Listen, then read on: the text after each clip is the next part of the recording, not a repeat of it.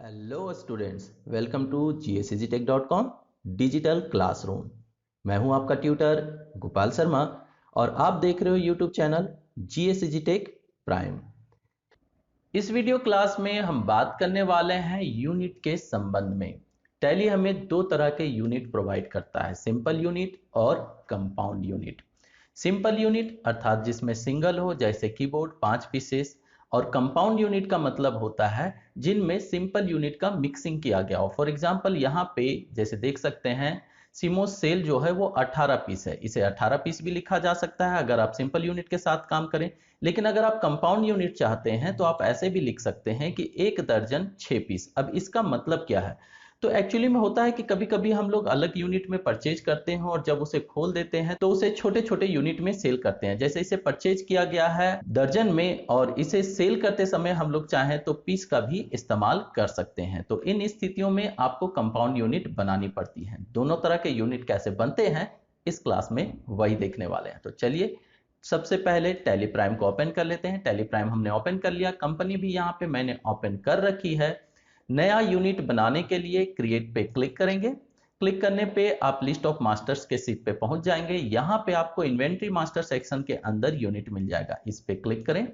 Click करने पे आपके सामने यूनिट क्रिएशन का सीट खुल के आ जाएगा। यहाँ पे अगर आप ध्यान दें तो टाइप में आपको सिंपल लिखा हुआ मिल रहा है। इसी में अगर आप शिफ्ट टैप करते हुए पीछे जाते हैं तो टाइप्स ऑफ यूनिट में कंपाउंड यूनिट भी मिल जाएगा। तो अगर आप सिंपल बना रहे हो तो यहाँ से सिंपल यूनिट लें और अगर कंपाउंड यूनिट बना रहे हो तो कंपाउंड का चुनाव करें। अभी हम लोग पहले सिंपल यूनिट बनाएंगे फिर कंपाउंड यूनिट बनाएंगे, क्योंकि अगर आपको कंपाउंड यूनिट बनाने हैं, जैसे मुझे यहाँ पे सिंपल यूनिट जो है पीसेस भी बनाने पड़ेंगे और डजन भी बनाना पड़ेगा, तभी हम एक कंपाउंड यूनिट बना सकते हैं जिसमें हम लोग ये दोनों ही यूनिट एक साथ इस्तेमाल कर सकेंगे।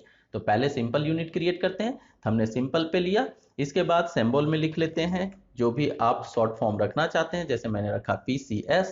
एंटर प्रेस किया हमने। फॉर्मल नेम में पूरा नाम इसका लिखना है, यहाँ पे पूरा नाम लिखेंगे। पूरा नाम मैंने लिख दिया। उसके बाद एंटर प्रेस करते हैं तो पहुंच जाते हैं UQC में। ये तभी आपको नजर आएगा जब आपने कंपनी में GST इनेबल कर रखा हो, क्योंकि GST के साथ ही ये UQC आया हुआ है। इसका बेनिफिट ये है कि आप भले अलग अलग तरह के सिंबल इस्तेमाल करते हो, लेकिन पूरे हिंदुस्तान में सभी इसी कोड को मानेंगे, जिससे रिटर्न फाइल करते समय सभी का यूनिट एक ही जैसा रहेगा। मतलब यूनिक ना हो, सबका सेम हो, इसीलिए ये दिया गया है। तो यहाँ पे हम लोग चुनेंगे PCS को, देखते हैं या नहीं। तो PCA मैंने टाइप किया और है पहले से तो हमने ले लिया। अगर नहीं रहे तो आप अदर का चुनाव कर सकते हैं। अब पूछता है नंबर ऑफ डेसिमल प्लेसेस, अर्थात पीस यूनिट अगर लेंगे तो क्या उसमें डेसिमल प्लेसेस होते हैं। जैसे 1 kg 50 ग्राम, तो उसमें डेसिमल प्लेसेस होते हैं, लेकिन इसमें नहीं है तो हम 0 रखेंगे और एंटर प्रेस करेंगे। इसके बाद एक्सेप्ट के लिए फिर से एंटर प्रेस करेंगे और ये हमारा एक यूनिट तैयार हो गया। अब हमें एक और सिंपल यूनिट बनाना है, वो है डजन। तो मैंने लिखा DZN, एंटर प्रेस किया। डजन का यहाँ पे पूरा नाम लिख देते हैं और एंटर प्रेस करते हुए UQC में जाएंगे, यहाँ पे डजन लेते हैं। अब यहाँ आप देख सकते हैं कि इसका कोड जो है वो अलग है। शॉर्ट फॉर्म में इसने DOZ लिखा है, मैंने DZN लिखा है। तो ये गलतियां हो सकती हैं, इसीलिए UQC लेना जरूरी है। तो मैं यहाँ पे डजन ही लूंगा। एंटर प्रेस किया। नंबर ऑफ डेसिमल प्लेस 0 रहेगा। एंटर प्रेस किया मैंने और इसे कंप्लीट कर लिया। अब 2 यूनिट हमने तैयार कर लिए हैं। अब तीसरा यूनिट जो है, अर्थात कह सकते हैं कि 1 दर्जन बराबर 12 पीस, वो मुझे कंपाउंड में बनाना होगा। तो इसके लिए शिफ्ट टैब दबाएंगे तो हम टाइप्स में चले जाएंगे और यहाँ पे कंपाउंड पे क्लिक करके एंटर प्रेस कर देंगे। जैसे एंटर प्रेस करेंगे ये पूछेगा फर्स्ट यूनिट क्या रहेगा।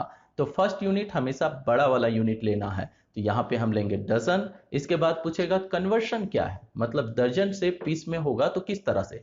तो यहाँ पे हमें डालना है कि कितने पीस का एक दर्जन होता है। तो 12 पीस का एक दर्जन होता है, तो 12। और सेकंड यूनिट क्या रहेगा, पीस। तो यहाँ पे पीस हमने लिया। अगर कभी आपको कंफ्यूजन हो तो यहाँ पहले से एक हेल्प दिया हुआ है, उसकी मदद आप ले सकते हैं। जैसे kg ऑफ 1000 ग्राम, मतलब पहले बड़ा वाला यूनिट लेना है, फिर कन्वर्शन लेना है, फिर उसके बाद छोटी यूनिट लेनी है। मैंने भी वैसा ही किया है, पहले मैंने बड़ा यूनिट लिया डजन, कन्वर्शन 12 रहेगा। सेकेंड यूनिट किसका है, तो पीस का है।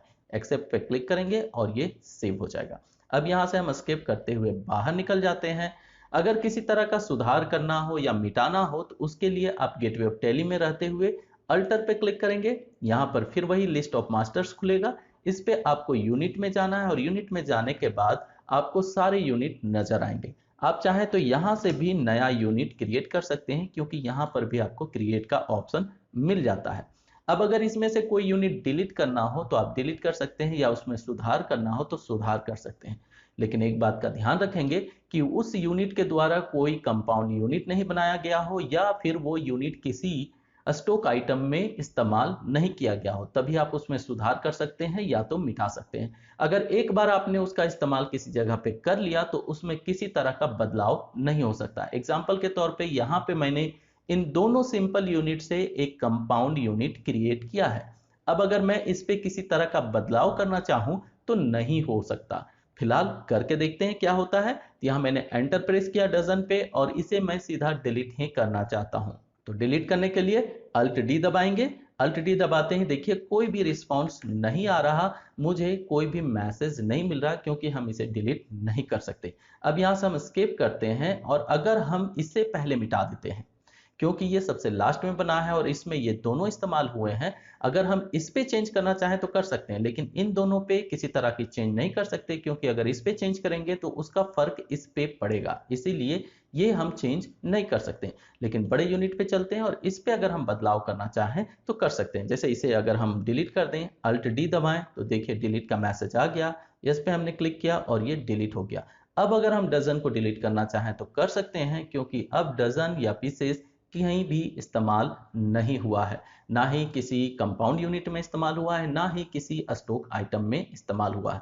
तो अगर हम इसमें चाहें तो बदलाव कर सकते हैं। जैसे DOZ हमें लिखना है तो हमने लिख दिया, ये देखिए, और इसे सेव भी कर सकते हैं। अगर डिलीट करना चाहें तो वो भी कर सकते हैं। फिर से हमने एंटर प्रेस किया, अल्ट डी दबाया, देखिए डिलीट का मैसेज आ गया। अगर हम एंटर प्रेस करें तो ये डिलीट भी हो जाएगा। तो हमेशा रखें ध्यान कि यूनिट में तभी आप बदलाव कर सकते हैं जब तक आपने उसका इस्तेमाल कहीं नहीं किया हो। इस वीडियो क्लास में यहीं तक। आगे आने वाले वीडियो क्लासेस के लिए चैनल को सब्सक्राइब करना ना भूलें, दोस्तों के साथ शेयर करें और वीडियो को लाइक जरूर करें। Bye, thank you.